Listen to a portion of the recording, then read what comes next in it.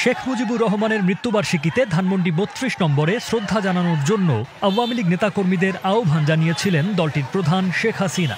অন্যদিকে মাত্র কয়েকদিন আগে বিক্ষোভের মুখে ক্ষমতাচ্যুত হওয়া দলটিকে রুখে দেওয়ার ঘোষণা দেয় বৈষম্য বিরোধী ছাত্র আন্দোলন। এমন প্রেক্ষাপটে বৃহস্পতিবার ভোর থেকে ধানমন্ডি ৩২ নম্বরের আশেপাশে অবস্থান নেন শিক্ষার্থী ও কয়েকটি রাজনৈতিক সংগঠনের সদস্যরা। পথচারীদের মধ্যে কাউকে সন্দেহ হলে জেরা করতে দেখা যায় তাদের। মোবাইল ফোন তল্লাশি এবং কয়েকজনকে মারধরও করতে দেখা গেছে। তবে কেউ কেউ মারধরের হাত থেকে রক্ষার চেষ্টাও করেন। 15 তারিখে বাংলাদেশকে আবার ওরা একটা গণ অভ্যুত্থান ক্রু করতে চাচ্ছিল। তো আমরা ছাত্র জনতা সবাই মিলে তাদের এই ক্রুটাকে ধ্বংস করে দিতে চাচ্ছি। আর আল্লাহর রহমতে আমরা সাকসেস হয়েছি।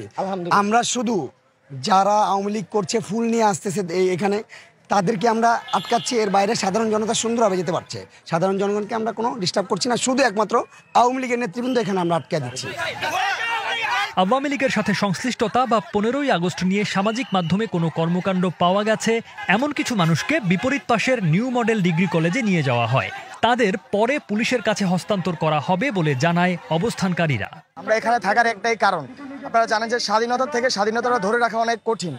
সেহেতু তারা যে পরিকল্পনা করছে ভারতে থেকে, সেটাকে প্রতিবাদ করব। যদি প্রতিবাদে না হয় প্রতিহত করব। এজন্য আমাদের আজকে এখানে অবস্থান। আমরা আমাদের সর্বোচ্চ দিয়ে আমাদের অবস্থানে থাকবো। বঙ্গবন্ধু অবভিয়াসলি বাংলাদেশের জন্মের সাথে সম্পর্কিত, কিন্তু বঙ্গবন্ধুকে ব্যবহার করে গত সরকার যে কাজগুলো করেছে, এখনকার মানুষের যে বিপরীত প্রতিক্রিয়া, সেটা আসলে আওয়ামী লীগের কর্মফল আমি মনে করি আর কি।